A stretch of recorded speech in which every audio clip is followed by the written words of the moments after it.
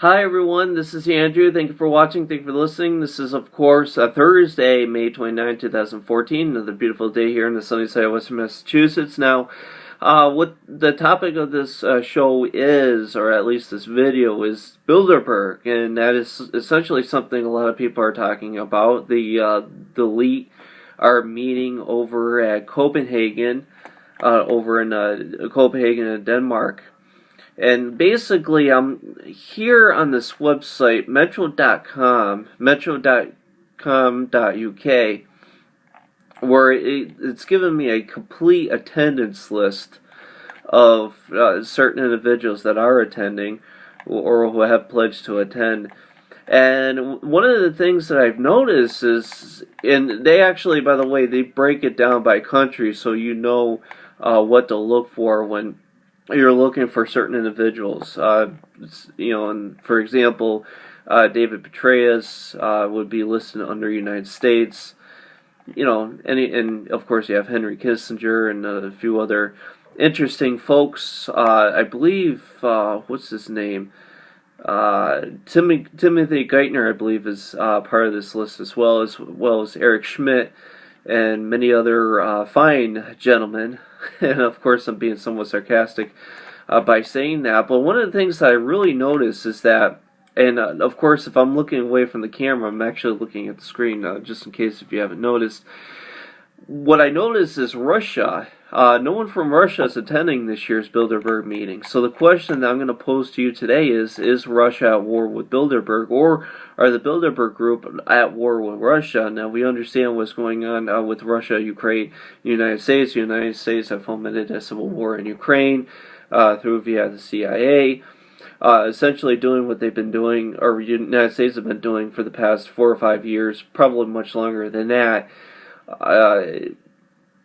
Under Obama, well, 4 or 5 years, much longer than that, if you consider the potential Iran color revolution that had almost taken place, that had almost somewhat succeeded back, I believe, just before President Obama went in office, or it might have been his first year in office, but I think it was 2008, 2009, somewhere around there. I forget exactly what year, but they perfected that, and they've thrown out a lot of leaders. The point is, you have a really dire situation over Ukraine. There's a shooting war that is ongoing.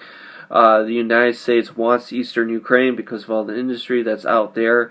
Eastern Ukraine is adjacent to maybe New York City or Pittsburgh. Of course, I'm just giving you a few examples. It's really the ground jewel of Ukraine's economic development because that's where all the money is. It's just like the money is all the way over in New York, the money is in the eastern half of Ukraine. And that's where all the business oligarchs go, and all the fun stuff. That's where everybody goes. But the problem is Eastern Ukraine isn't really going along with the color revolution. They had voted to join Russia, or certain portions of it had voted to join Russia.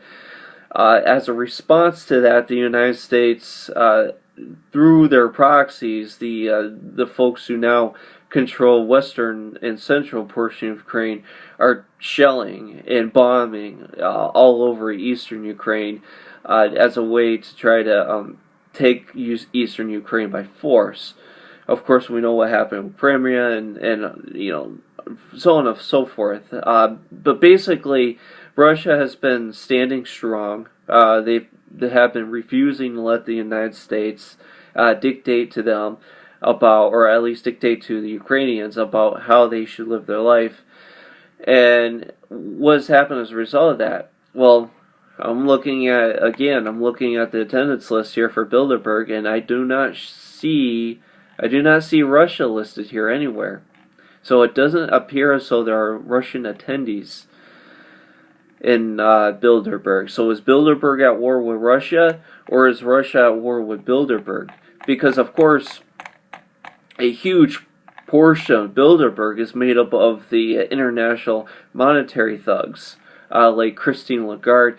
Interesting side note, Christine Lagarde was actually scheduled to speak at Smith College, right where I live, in the area that I live, same town, But there was such a huge protest among the students, not just the students, but the faculty as well, that Christine Lagarde actually had to withdraw her invitation to go out and speak because of the backlash that Smith College had received for having invited Christine Lagarde to Northampton, Massachusetts.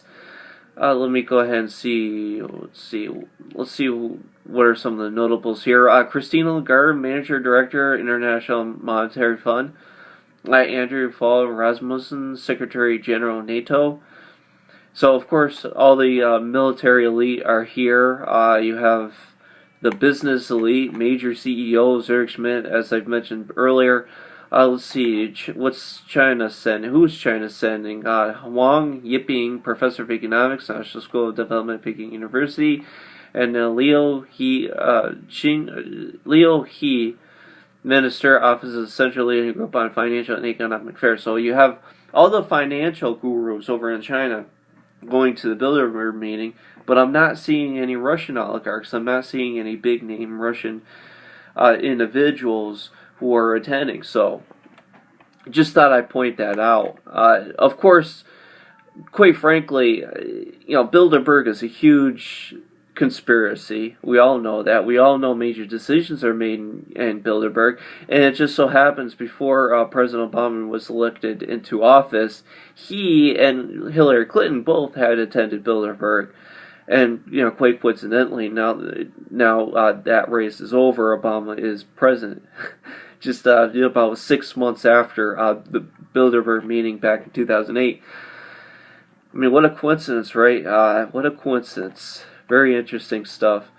Of course, Germany's sending plenty of people. Although I don't think Germany is very kind to the United States anymore with what we're doing. Greece is sending a few people, but we know what's happened to Greece. Of course, Spain sent a couple people. Actually, quite a few people. Switzerland, Turkey, UK, of course. Just a few, name a few other countries that are attending this year's Bilderberg. I think out of anybody, it looks as if the United States is sending more people than anybody else. It looks like this whole Bilderberg meeting is being spearheaded by the United States. Let's see what are some of the other notable individuals that are attending. Karp Alex, CEO, Palantir Technologies. Cass Bruce, Vice President and Co-Director of Metropolitan Policy Program, the Brookings Institute. There's also someone from Massachusetts Institute of Technology. And it looks McAfee, Principal Research Scientist. That's McAfee. Anyways, not a whole lot of surprises here. You have basically from the United States, people are attending are technology buffs. People are CEOs of major tech corporations. You got Mundy, Greg J, Senior Advisor to the CEO of Microsoft Corporation.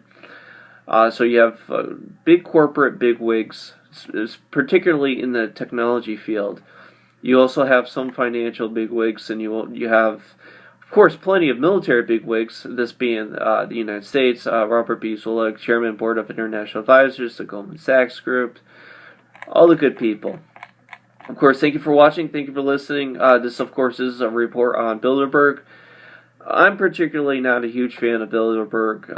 I think, quite frankly, the more and more it hits mainstream media, the more and more it's sort of becoming a distraction from all the other issues that are ongoing. These individuals who are attending Bilderberg, and this is just my own opinion, take it for what it's worth, but quite frankly, these people are sort of using this. I'm seeing a trend where I feel like I'm starting to see this whole story being blown out to where it's sort of becoming a distraction. Like, ooh, look at the people who are attending Bilderberg. Oh, ooh, look at what people are doing at Bilderberg. And it's becoming 24-hour news. Bilderberg, whenever it does happen, of course, it starts Thursday, today, and it runs through, I believe, Sunday. It is big news. It is interesting to see what's going on. But you can't forget about some of the other brush fires that are occurring around the world as well. So instead of looking straight at the box, we need to be looking like this. Not in the box, but outside the box as well. Thank you for watching. Thank you for listening. Take care. God bless. And I'll see you guys tomorrow. Bye.